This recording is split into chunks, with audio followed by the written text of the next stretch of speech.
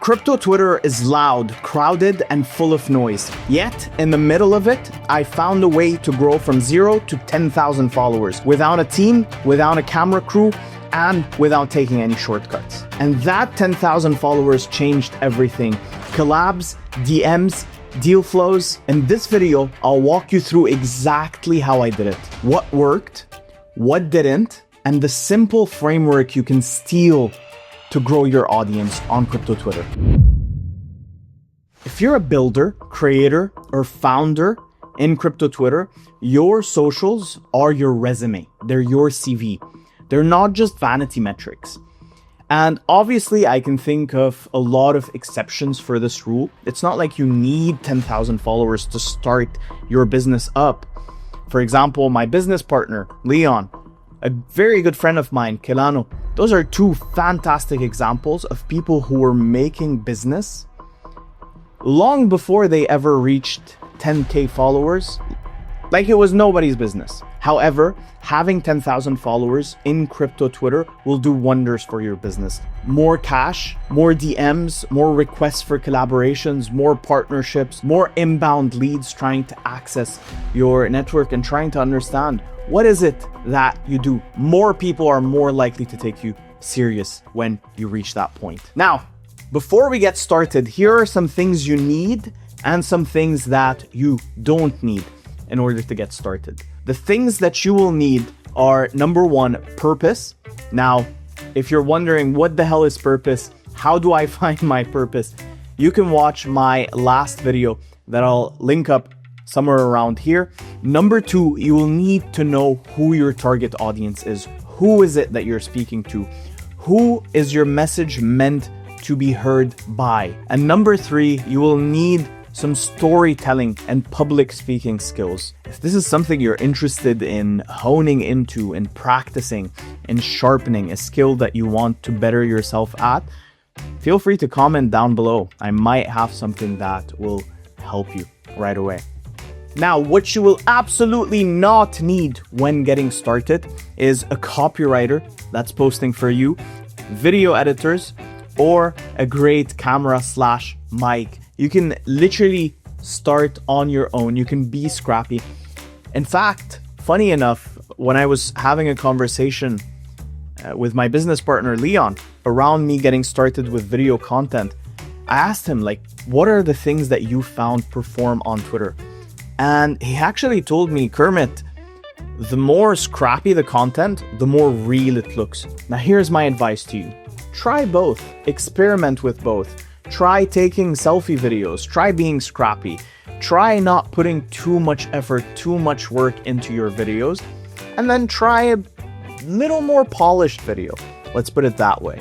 And see which one performs better on crypto Twitter. Odds are people are going to resonate with the more raw and candid video footage of you than the highly polished one. But that depends on your brand, on the message you're trying to communicate, that you're trying to get across, so on and so forth. Now, here's the exact framework that I used to grow. I call them the 5 C's, with the first C being clarity. And what I mean by clarity is you have to hone in on one audience type. Be clear on who is it that you're trying to get your message across to. I see a lot of people try to juggle between 100 different audience types, 100 different avatars, and guess what happens? They end up getting nowhere. When you're speaking to 1 million different avatar types, your message ends up reaching no one. So be very specific, especially when you're starting out your journey. The second C is content mix. I want you to start mixing up your content, especially at the start. Try out different forms. Try out different ways of interacting with your audience. Try out video content, try out written content, try out long form, short form, try out spaces. Try as many things out as humanly possible. You will seriously not know what it is that you can communicate best using until you've literally tried every single option that exists. The third C, I like to call it call to action, but I also like to think of it as insight. When I was starting out my journey, I was working at this company called Origins as a data analyst, and I remember this ex-Twitter rep that came onto a presentation, a workshop that the company was giving us around how do we make posts stand out? How do we make content stand out on Twitter? And this guy looked over my tweets. He was looking over at everyone's tweets and giving them feedback. He looked over my tweets and he said, Kermit, you do a fantastic job giving a lot of data, highlighting very crucial data, very crucial information a lot of people have a hard time accessing. But what you don't do a good enough job at is telling the people, what does this data mean? AKA giving them insight. It's been 3 years. I still remember it till today for one reason. Since I started applying this, since I started before clicking post, looking at my piece of content and thinking, what is the takeaway I want my audience to have after reading this or after watching this video? What is one main takeaway I would like them to walk away with? If I don't have an answer to this question, and if I'm not satisfied with the answer to that question, then I need to go back to the drawing board and rewrite and fix my piece of content before I hit post. The fourth C is community. Now, I'm going to give you 2 very clever tips when especially starting out. Tip number 1 is find a community you genuinely vibe with. A community that you feel is full of some of your friends, people that you enjoy talking to, people that you enjoy spending time with, and also people that are extremely supportive. This is one of the best ways to start your content creation journey. It's almost like having your own niche, your own clique, your own crew. These are essentially your friends and the people who are going to end up supporting you along your journey. When I had started with a lot of NFT communities that I used to really vibe with and really appreciate. And I would simply make content about that NFT community, about that NFT project. And this is how I got my kickstart into crypto Twitter. I would make content, say, about Pudgy Penguins. A lot of Pudgy Penguins holders would see that content and automatically support. Hey, it's Kermit. He's writing something nice about us. Let's support, let's endorse, let's comment, like, all that good stuff. Now, tip number 2, and this is something I noticed someone by the name of Whale use a lot, is whenever he would make a post, he would go on a comment spree. He would run like it's no one's business and comment. Spread the gospel. I like to think of it as you knocking on a bunch of people's doors as soon as you tweet. Without telling them that you've tweeted, you're simply notifying the algorithm that, hey, push my content to the top of their feed. We've just made an interaction on their post. Push my post on the top of their feed. And this is an absolutely genius trick. I literally stole it as soon as I noticed it, and it's always worked wonders. So Whale, if you're watching this, I'm sorry for spilling the secret. And C number 5, the most important of all C's, consistency. Now look, I've been creating content for 12 years now. I started with Instagram. I've built several different Instagram pages that were all I would consider successful. And then I moved over to X, used the same skills that I learned from Instagram on X. And at the same period of time, a lot of my friends would look at me and go like, Kermit, this seems to be easy. I mean, you really make money creating content online? And they would have a go at it because, well, it looks easy. You just create content on a daily basis and voila, you've made money. And what surprised me is every single one of them failed for one reason only. Every single one of them would lose motivation after a week of doing it, or a month of doing it, or 3 months of doing it. It doesn't matter. They all end up losing consistency. And this is why, if you go back to a few minutes ago, I talked about purpose.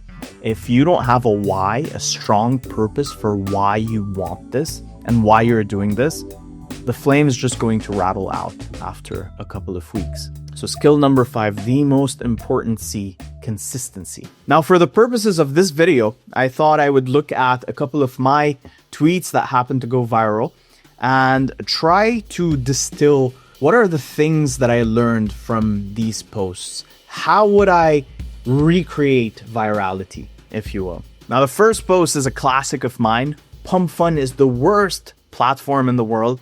Here are all the videos they don't want you to see. Now, I'm very proud of this hook because essentially it does one very good job, which is it piques your interest. It reveals nothing about the contents, the specifics of the contents inside the thread that I created. However, it does a great job at piquing your curiosity. You would hate your day if you just scrolled past it. Something inside you will just go like, oh my God, I want to know what is behind this thread, what is inside this thread, which explains why 3 million people ended up clicking on it, scrolling through it. And this very thread was even featured on one of CoffeeZilla's episodes. Now, the second post is very interesting because I actually posted the same exact tweet twice with only one change. The first iteration of that tweet, I had posted it without that insight that I just told you about, without that call to action. And the only thing that I changed, here's the tweet. A reminder that 60% of all meme coins traders have lost money trading meme coins, 4% made no money, so on and so forth. The very end, the timeline is lying to you, Anon. This simple change changed this tweet's entire meaning and message. Instead of it just being data that maybe I can look at and think, okay, whatever, 60-60, 60-50, 64, whatever it is. I don't understand it. I don't care for it. However, this very last line, actually the last two lines also, TLDR, 90% of meme coin traders have either lost money or made less than $100. 90%. I'm taking this piece of data that is readily available for everyone on the internet, and I'm not only reporting on it, I'm also giving you my takeaway from it. This is why the second time around it ended up reaching 1.5 million people. Now, the third post that I want to go over is a very recent one. It was the video I posted around my suspension. The tweet goes, I got suspended on X, no warning, no explanation, just gone. Here's the full story, what happened, what to do if it happens to you, and how to protect yourself. If you're a creator on this platform, you need to watch this video. I absolutely also love this hook because it starts with a shocker. I got suspended on X. What the hell is he doing here? He just posted this on X. What the hell is this video? What does this guy know? Here's the full story with at the end, what to do if it happens to you. So, this guy's going to tell his full story and he's going to tell me how to avoid it and what I can do about it if I already got suspended. If you're a creator on this platform, you need to watch this. So I'm targeting one specific audience type, creators. If that's you, you need to watch this. I'm not casting a net so wide it ends up falling on no one. I'm not saying if you're a pizza maker, a pasta maker, a dancer, a belly dancer, to watch this video. I'm saying if you are a creator, creators, watch this video right now. And although this tweet isn't as viral as the other ones, it has around 50,000 views. For a video content, I'm very proud of it. I'm very happy about it. I don't think I see that many video content pieces, especially an 18-minute long video, perform this well on X. Now I'm going to share with you the exact things that didn't end up working for me. And this is going to honestly save you a lot of time and effort because guess what? I've already had to go through them, learn that they don't work. So don't waste your time trying them out. The first one would be mimicking big accounts, mimicking others. Early on, one thing I used to try a lot was notice someone performing very well, an account doing very well, and try to mimic them. Try to mimic their style of content, their target audience, their niche, their graphic style.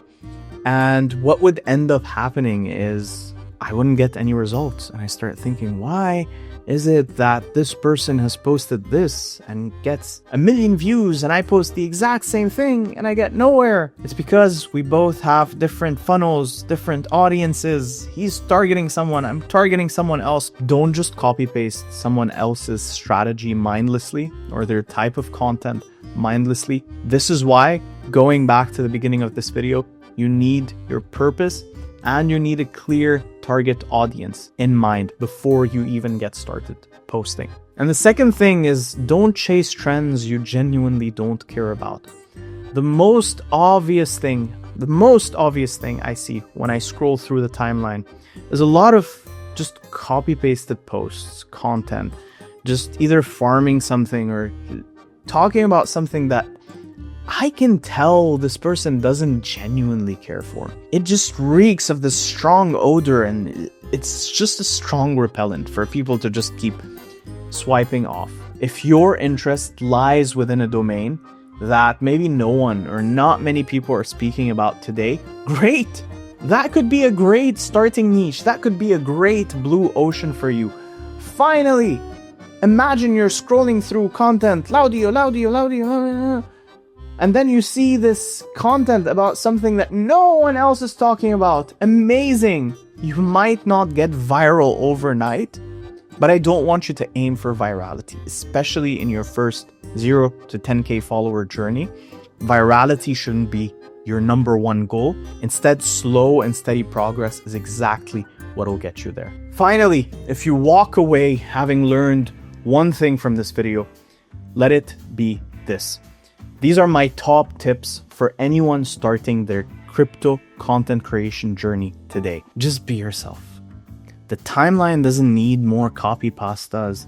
It doesn't need more of the exact same things we've already seen hundreds of times. It needs originality. It needs character. It needs personality.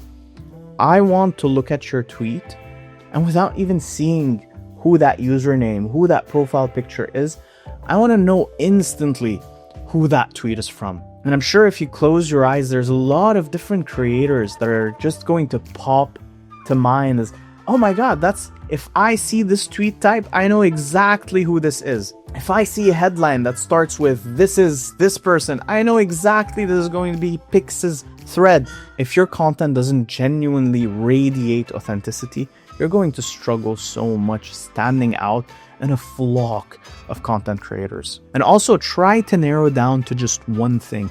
Try to just be known at first, just for one thing that you do so well. Personally, what I started my crypto content creation journey with was talking about play to earn. I would literally post charts daily about play to earn and report on the return of investment of these different NFTs and what was the yield and the staking.